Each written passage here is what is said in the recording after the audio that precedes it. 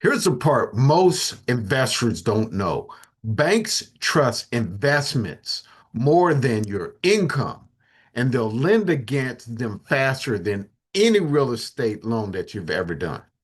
Most investors chase loans, and wealth investors unlock capital that's already sitting still.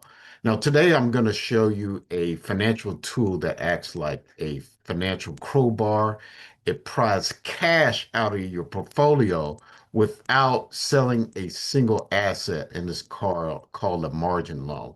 So, a good friend of mine, he's involved heavily in real estate, and he also involved in IT transactions and so forth. And a gentleman came to him. It's a really a great opportunity to get involved in. And it was like, hey, I need X amount of cash to invest in this, and you'll get these X amount of returns.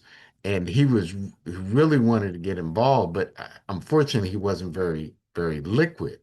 However, he had some marketable securities. He was like, Dominic, or you know, maybe you want to invest or whatever. And I was like, well, if you have any marketable securities, you can get some low cost funding against that. And what that's called is called a margin loan. And a margin loan is when a bank or a brokerage lets you borrow cash using your marketable securities as capital. So think of it like this. Your investment portfolio is fully paid off. It's like a fully paid off rental property.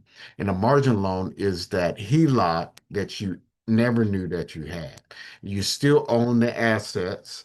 They'll still continue to grow, but now they work twice. Now, here's how it works step by step. So, number one, you own the marketable securities, and that could be stocks, ETFs, bonds, or REIT ETFs that they're sitting in your brokerage account. And then step two, the lender sets a loan to value, LTV, that's typically 50 or 70%, depending on the asset quality. And then number three, you receive a revolving line of credit. There's no business plan, no tax returns, no credit pool in this case. And then step four, you use the funds however you want, real estate, acquisitions, working capital. And then step five, you pay interest only, usually variable, and it's tied to SOFR or prime, and it's capital on standby. It's like a fire extinguisher behind glass. And here's some of the common names that you'll hear. So I'm mentioning margin loan, but typically security-backed based line of credit, or SBLOC or SBL, or portfolio line of credit, or investment-backed credit line. So banks typically use SBL, brokerages use margin. It's basically the same engine with a different label. Now, what counts as marketable securities? So you got public stocks, got ETFs, including REIT ETFs, you got mutual funds, and there's limits associated with that, and investment grade bonds. Now, you can't use private equity, nor can you use non-traded REITs or illiquid or restricted shares. Now, the key word is liquid. It trades daily. If it trades daily, banks will pay attention. In the typical terms of underwriting, so LTVs 50 to 70%, and the rates prime, and that SOFR plus the spread, and the payments are interest only, and the terms are revolving or no maturity. Underwriting is asset based, a non-income base, and banks don't ask who you are. They ask, what do you already own? That's basically what they're looking at. And the risk. Here's this is very critical because the risk is not default, it's volatility. If the markets drop, your LTV spikes, right? Because the value of the asset goes down. That means, the LTV goes up. And you may get a margin call, in the worst case, forced liquidation.